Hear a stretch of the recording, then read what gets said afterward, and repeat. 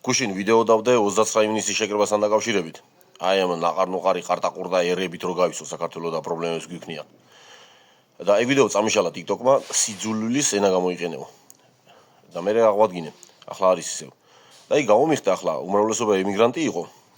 არა ემიგრანტებიც, რომ რანაირად ლაპარაკობო ჩვენო ემიგრანტებიც ასე წასულები ვართო.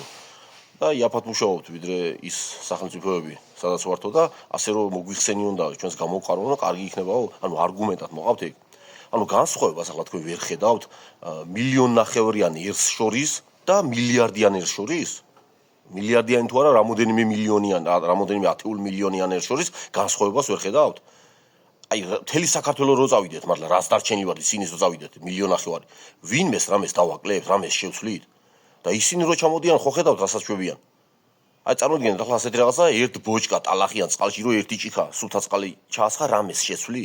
მაგრამ აბა ჩაასხი ერთ ბოჭკა სულთა წყალში ერთი ჭიქა ტალახიანი წყალი, ხო გაფუჭდება მთელი წყალი, სასმელი წყალა, ხო არ ვარგებთ. აი ეგ ვარიანტია რა, ცოტა მარტივი მაგალითი რომ მოგიყვანოთ. და ეს შედარება რომ მოყავთ ქართველ ემიგრანტებსა და მათ შორის ცოტა ლოგიკასთან ახლოს არ უნდა იყოთ.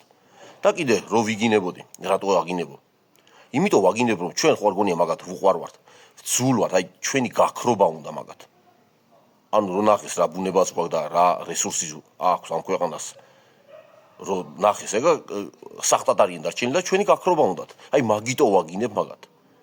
ხო და ბოლო-ბოლო ისთვის წერა ახლა ამ ვიდეოს. არ მეგონა თუ ამის ახსნა დამჭირდებოდა. ჩვენ იმიგრანტები, საქართველოს იმიგრანტები ვინც ვართ, რა უნდა შევცვალოთ მთელ სოფლიოში, თუნდაც პატარა ერშიც რო ჩავიდეთ ყველა. და ისინი ხო ხედავთ რამდენი არიან. ხო და ცოტა ას და ტვინს წიხლი მიაჭირეთ კაცო, რაღაც არგუმენტი რო გონიათ, რაღაც ბოდიალობდე.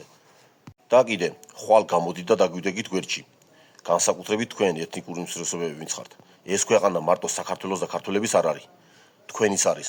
ვისაც გიბრძოლია და ოდითგანვე ამ ქვეყანაში ცხოვრობთ, გამოდით და დაგვიდეგით გვერდში. აწლეულები ჭირდება გენოფონდის შეცვლას. დღეს და ხვალ არ მოხდება და თქვენი შვილიშვილები წვრთვალებას ზანგები რო იქნებიან, მე მიხვდებით თურმე რატომ უნდა ყოფილიყავით აქ.